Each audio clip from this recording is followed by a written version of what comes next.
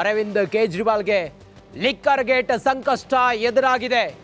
Arvind Kejriwal liquor gate ಸಂಕಷ್ಟಕ್ಕೆ ಈಗ ಮತ್ತೆ ನಾವು ಗಮನಿಸ್ತಿರೋ ಹಾಗೆ ಡಿಸೆಂಬರ್ 21ನೇ ತಾರೀಕಿಗೆ ಕೇಜ್ರಿವಾಲ್ ಅವರು ಇಡಿ ವಿಚಾರಣೆಗೆ ಬರಬೇಕು ಅಂತೇಳಿ ಇಡಿ ಸಮನ್ಸನ್ನು ಕೊಟ್ಟಿದೆ.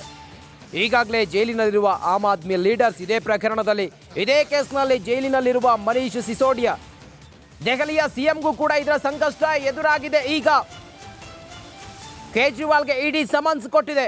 ಡಿಸೆಂಬರ್ 21ನೇ ತಾರೀಕಿಗೆ ನೀವು ವಿಚಾರಣೆಗೆ ಹಾಜರಾಗಬೇಕು ಅಂತೇಳಿ ಆ ಸಮನ್ಸ್ನಲ್ಲಿ ಸೂಚನೆಯನ್ನು ಕೊಡಲಾಗಿದೆ.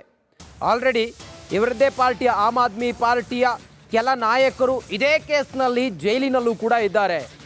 ಮನೀಶ್ ಸಿಸೋಡಿಯಾ ಅಂತ ನಾಯಕರುಗಳು, ಆಮ್ ಆದ್ಮಿ ಪಕ್ಷದ ನಾಯಕರುಗಳು, ಮಂತ್ರಿಗಳಾಗಿದ್ದವರು. ಈಗ ಅರವಿಂದ್ ಕೇಜ್ರಿವಾಲ್ಗೂ ಕೂಡ ಈ ಪ್ರಕರಣದಲ್ಲಿ ಸಂಕಷ್ಟ ಎದುರಾಗಿದೆಯಾ? ಇದೇ ಡಿಸೆಂಬರ್ 21ನೇ ತಾರೀಕಿಗೆ ವಿಚಾರಣೆಗೆ ಬನ್ನಿ ಅಂತೇಳಿ ಇಡಿ ಸಮನ್ಸನ್ನು ಕೊಟ್ಟಿದೆ ಅರವಿಂದ್ ಕೇಜ್ರಿವಾಲ್ ಅವರಿಗೆ.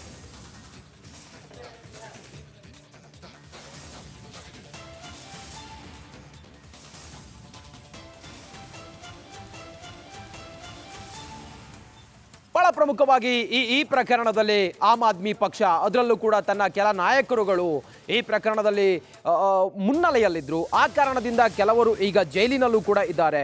ಮನೀಶ್ ಸಿಸೋಡಿಯಾ ಅಂತ ನಾಯಕರುಗಳು. ಅರವಿಂದ್ ಕೇಜ್ರಿವಾಲ್ಗೂ ಕೂಡ ಈ ಪ್ರಕರಣದಲ್ಲಿ ಈಗ ಸಂಕಷ್ಟ ಎದುರಾಗಿದೆ. ಇಡಿ ಸಮನ್ಸನ್ನು ಕೊಟ್ಟಿದೆ. ಡಿಸೆಂಬರ್ 21ನೇ ತಾರೀಕಿಗೆ ವಿಚಾರಣೆಗೆ ಬನ್ನಿ ಅಂತ ಹೇಳಿ ಸಮನ್ಸನ್ನು ಕೊಟ್ಟಿದೆ. ಆ ಮೂಲಕ ಲಿಕ್ಕರ್ ಗೇಟ್ ಕೇಸ್ನಲ್ಲಿ ಅರವಿಂದ್ ಕೇಜ್ರಿವಾಲ್ಗೆ ಮತ್ತೆ ಸಂಕಷ್ಟ ಎದುರಾಗಿದೆ. ಡಿಸೆಂಬರ್ 21ನೇ ತಾರೀಕು ಸಂಜಯ್ ಸಿಂಗ್ ಅವರನ್ನು ಕೂಡ ಕರೆದಿದ್ದಾರೆ. ಇಡಿ ಸಮನ್ಸನ್ನು ಕೊಟ್ಟು ವಿಚಾರಣೆಗೆ ಬನ್ನಿ ಅಂತೇಳಿ ಕರೆದಿದ್ದಾರೆ.